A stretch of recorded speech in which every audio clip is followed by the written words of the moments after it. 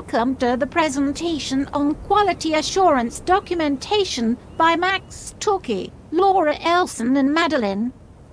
Togher. This presentation looks at the quality assurance process at the university, where we will review the necessary documentation in our program, ensuring that it is complete and correct. In this presentation, we will look at 7 different areas associated with quality assurance documentation. The first of these will look at the primary documents required by the University of Greenwich as part of its review, validation process, and then we will look at what program course specifications are.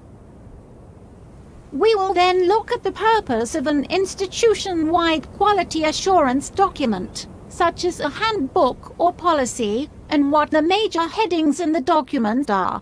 We will also look at the documentation required to amend an already validated or reviewed program. Finally, we will look at what the annual monitoring and program monitoring reports are, and what role they play in the review process.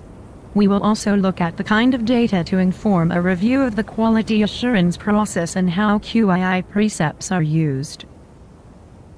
Firstly, with regard to the primary documents required by an institution as part of a program review/validation, these fall within the following areas. 1. New student information for revised programs, including new or revised programs, course specifications and essential information for students. 2. Documents which are pertinent to the academic delivery of, and support for, the program. 3. Curriculum vitae of all staff who are associated with the teaching of the program. 4. All program monitoring reports from the period of approval. 5. The sequence of external examiners' reports and the departmental responses to them from the period of approval. 6. An overview of relevant program committee minutes. And 7. A critical appraisal as evidence to support the proposed modifications. However, it should be emphasized that programs are subject to a period of approval of no more than 5 years. Therefore, all the documents relating to program review or validation status should be collated within the academic session of the final year of approved status. With regard to the second area, course program specifications, it should be emphasized that course specifications represent a detailed outline of the course, including its aims, outcomes, indicative content, learning and teaching activities, assessment and key texts.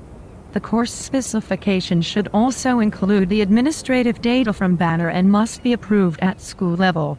Furthermore, the course specification document is also available for students to review online when choosing courses. The third area looks at the purpose of an institution-wide quality assurance document, and it should be stressed that this sets out procedures for the approval, monitoring, and review of all taught programs, and also includes an overview of internal and external quality assurance processes. Furthermore, in conjunction with the academic regulations for taught awards, it informs and assures the academic council that the quality and standards of the academic portfolio are secure. However, it is worth pointing out that the heading of a quality assurance document falls under 9 different areas, and these consist of 1. An introduction to quality assurance. 2. The principles of quality assurance. 3. The approval of courses and programs. 4. The approval and review of external partners. 5. An overview of collaborative programs. 6. An overview of discontinuation procedures. 7. An introduction to the periodic program review. 8. An introduction to the monitoring process. And 9. An overview of student representation and the concept of the student voice. The fourth area we are looking at focuses on the process of amending an already validated or reviewed program, and to do this a number of procedures must be followed. This includes 1. completing the relevant course and program change forms. 2. Ensuring that all minor changes can be approved at school level by the School Learning and Quality Committee. And 3. Ensuring that major changes are authorized by the school and additionally authorized by the Academic Planning Committee. The fifth area we are examining will look at what annual monitoring and program monitoring reports are and what role they play in the review process. Annual monitoring reports are important to the review process, and they helping to assure the standards and quality of awards in the higher education context. They contain a critical evaluation of the course content, and this includes reviewing the effective learning, achievements and graduate attributes and student experiences. The report reviews the outcomes against the aims of a course and evaluates the overall student progression and achievement. Their role in the review process can be summarized in the following points. 1. A chance to reflect and make alterations to enhance shortcomings of the course. 2. To build up information for the periodic review of a course program. And 3. Satisfying a school's learning and quality requirements.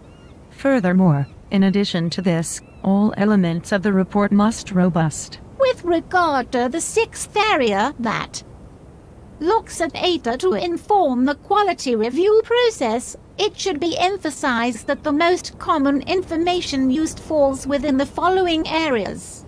1. Cohort, which includes recruitment, retention and progression rates. 2. A commentary on the university's key performance indicators, including national student survey results. 3. External examiners' reports and comments, including outcomes of past and future actions. 4. Student feedback, which is made up of course evaluation, student surveys, student representative feedback, and school forums. And 5. Employability, which includes data from employers, information from industry advisory panels, alumni and information from the Department for Learning and Higher Education on student careers, work-based learning and placements. The final area we are looking at how QII precepts are used. In the case of the process for program review, the main precepts fall under the following headings. These consist of firstly general precepts and sets out 1. How institutions ensure that their responsibilities for standards and quality are discharged effectively through their procedures relating to the design, approval, and review of programs. 2. How institutions ensure that the overriding responsibility of the academic authorities are set to and respected to maintain and assure standards. 3. How institutions make use of external participation at key stages for the approval and review of programs. 4. How institutions approve, monitor and review processes that are clearly described and communicated to those who are involved with them. And 5. How institutions publish or make available the principles to be considered when programs are designed and developed. The second set of precepts looks at program approval and sets out 1. How institutions ensure that program approval decisions are informed by a full consideration of academic standards and the appropriateness of learning opportunities. 2. How institutions monitor the effectiveness of their programs to ensure programs remain current and valid in light of developing knowledge in the discipline and practice. 3. How institutions periodically undertake a broader review of the continuing validity and relevance of programs offered. And 4. How a decision to discontinue a program is made and how the process is managed. The final precept falls with the area of evaluation and looks at how institutions have a means of assessing the effectiveness of their program design, approval, monitoring and review practices. We are now coming to an end of our cartoon-based presentation on quality assurance documentation. We hope you now have a greater understanding of this subject and have enjoyed our quality talk. We would like to add that no students or animals were harmed in the making of this cartoon. We are not sure about the lecturers though.